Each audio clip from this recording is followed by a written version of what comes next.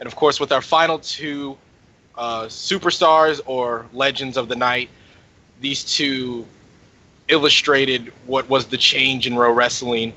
So, without further ado, I'd like to introduce Sonic X-Man, the founder and owner of TNX, and Hub Helms, of course, the founder and owner of PWH. Hi guys, how are you guys doing? What's going on? Mr. Sonic, how are you? Pretty good. Pretty good. Good. Okay, well, I'm not going to ask you guys the questions I asked the rest of the superstars that were here tonight. I just want the story. What happened the day of June 28th, 2015? Could you? I'll let Sonic start. Okay. Just go ahead. Just either one of you guys can start it up. All right. Well, okay. So here's what happened. So I don't really know how to start. I mean, it's a lot of stuff. I mean, you gotta be a little bit more specific. Like, where do you want me to start? At the beginning, or the end? Not like when you woke up, you had breakfast and stuff. No, about when you we have to talk about where it stemmed from too, because it wasn't just that night. Well, of course, I can ask you, since Richard did say Cruel Astro did say you were mistreated by RCC, I wanted to know how you were mistreated, like what led up to this huge break. All right, well, yeah, we'll take it back. We'll take it back. All the way in 2014. But before I do that, I gotta tell you something about RCC. You see, RCC likes to have favorites. Every year he used to have like a different favorite. I was a favorite, and then Joey was a favorite. Well, Joey was Talkinas, to anybody who don't know. He got Joey as a favorite. He got Mikey. Of course, Brock is his undisputed favorite. He never changes Brock.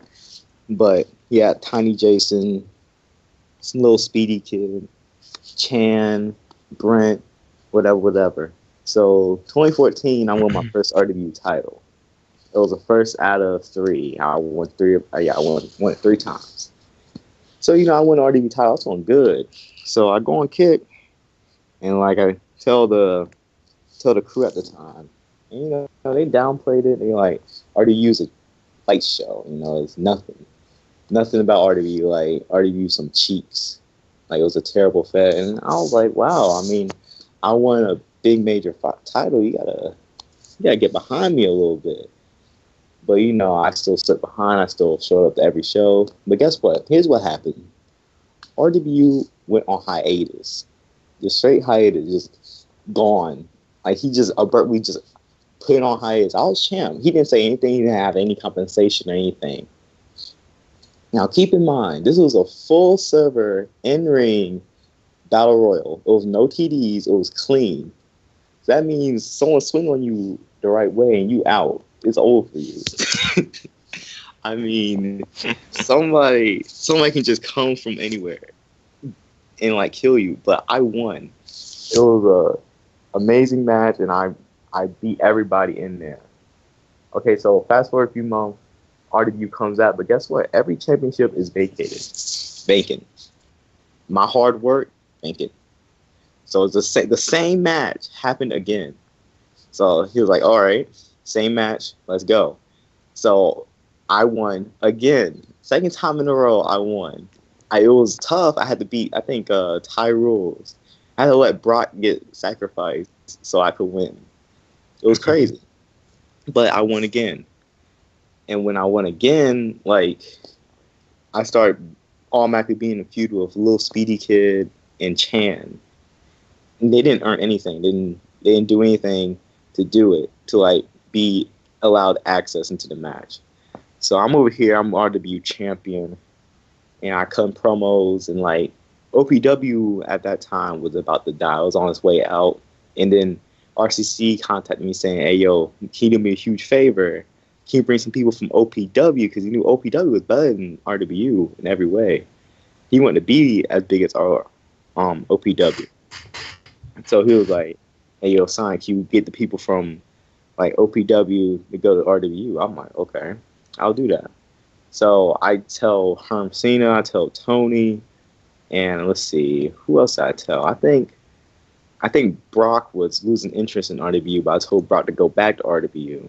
So I told them people to go back to RWU, and they did. They brought people with them, and then they brought the major people from OPW because they follow like little sheep. They followed them. So when they were in there, RWU got bigger and bigger, but RCC's ego got bigger. I mean, that thing got like huge. I mean, it was crazy. Like his ego beforehand, it was just outlandish. Like he would script matches against. I mean, on the first episode of Procast, Tiny Jason revealed that he scripted a World Heavyweight Championship match between Tiny and Brent. Well, I mean, his ego back then was like manageable. I mean, he's still a cool guy. You can still hang out with him, but he loved talking about himself. He loved prepping himself up.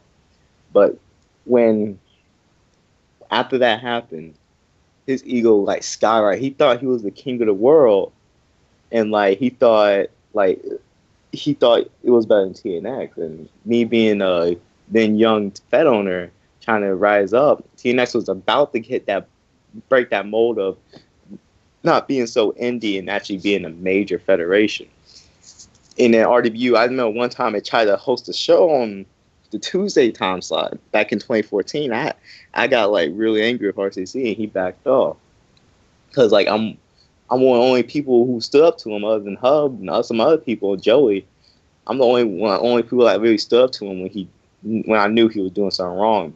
But like when he had that power of the major stars going in there, his ego increased, and it was crazy. So like I got beat by Mikey at a RW pay-per-view, which was really, really shaky because at first he scheduled a RW championship match at a regular show at his old arena. I'm not talking about his new one, but his old laggy arena that you could barely move in. And I barely got beat. So we moved to this other arena, this off-brand Fed he had. He went to that arena, and I beat Mikey. To retain my title. However, he reversed the decision because Mikey was on the ropes. I don't know what the freak it was, but he died inside the ring. But RCC counted it because Mikey was going to be his golden child. I used to be RCC's golden child, but then I stopped being his golden child. Mikey became his golden child. So I laid low out of RWU for a while, and fast forward a few months, I returned at Clash of Champions to Amazing Pop, and I was scheduled to feud against Brock because Brock and I had personal issues at the time, and we were going to feud. But then that didn't happen, obviously, and I didn't really have any traction with the feud, so I disappeared again. And then in January, no, not January, I think it was February or January, had what was it, Hub? What was the pay-per-view? Four Circles. Yeah, Four Circles. So Four Circles happened, and I was making my return back to RWU because I qualified the show before that. I beat Jack Columbus. So I beat Jack Columbus, and I was like, I went to the match. Now RCC and I were on good terms. There was nothing wrong. I didn't mind him. So I win the RWB championship in that Four Circles. It's on YouTube. It's a good match. And then after that, when I won, RCC treated me like a champ. It was good. It was all good for a little bit. And then he started, I don't know, his ego just started like it kept being more and more because Hub had an RC, but he always wanted me to defend against somebody else so I could lose the title somehow. And then he tried to make it so Hub had to use his RC forcefully. Hub wanted to use the RC at RW Mania. Now, I have no problem with defending, but RCC wanted to force it somehow. He wanted to, I don't know, he wants someone else to be RW champion. I don't know why he didn't want Hub and I. Well, he wanted the title to be defended one more time before RW Mania. Yeah. He didn't want to have a definite match, a definite main event, before the event, because then people would get discouraged. So, I guess a question would be, this goes back to, the first Frocast that we had and, how it kind of transitioned through how we kind of fought this. But was it seeming as if RCC just didn't flat out like you, or was it morely just, I guess, a business standpoint? I think he was getting a little jealous of how big TNX was getting, and I thought, to me, it was, I guess he was jealous of me, how I was moving up and I was getting bigger and bigger, and I don't know, it's just some jealous because like he was always jealous of me because like he wanted to fight me at RW Mania.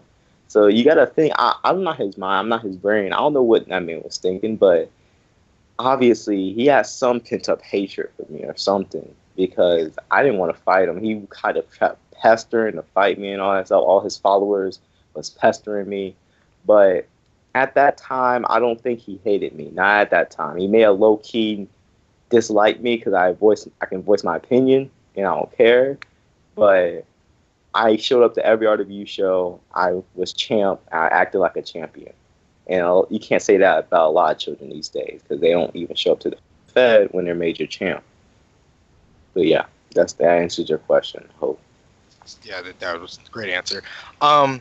I guess now I wanted to talk to Hub a little bit about the situation. I wanted to kind of ask the same question. Like, do you think that he just flat out didn't want Sonic as a champion, or was it just a business standpoint, or was, the built up hatred?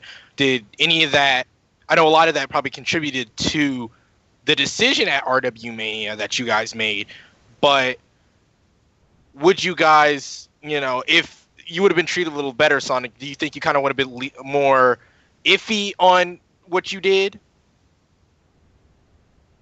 Well, I mean, if I was treated better, obviously I would have wrestled in the match. Now, none of this will really happen. But obviously, he didn't treat me better because that nigga just stupid. And he just, I don't know, it's just something about RCC. Something's just up with him, man. I think he want the rural wrestling. He want just one Fed to just only be RWU, no competition, no anything. But I know this question's for Hub as well. I ain't trying to steal his portion, so Hub can talk about it. Well, I guess since you went all the way back, I'll go all the way back, and then we can go from there about what happened on the 28th. But I remember, I was in RW for a little bit, back in the day when I was still Hub 3, the classic days, and I had a decent time there, and then I left. RW ended for one of the first times.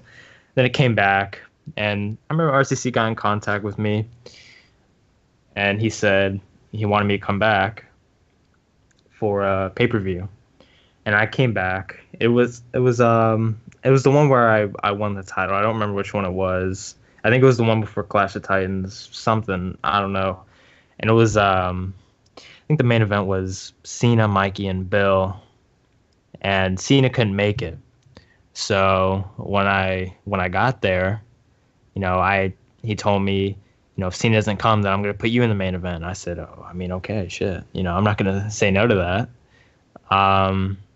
So main event comes, Cena's not there. I think Cena had to go skating or something, and he had something to do, so he wasn't going to make it. So I get put in the main event. I win, because I'm just that damn good. I win. I become RW champion.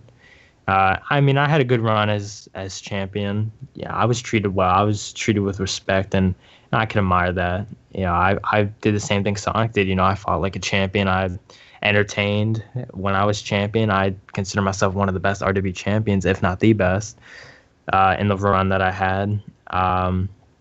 So Four Circles comes around. Sonic came back. Everything was good. Me and Sonic outlasted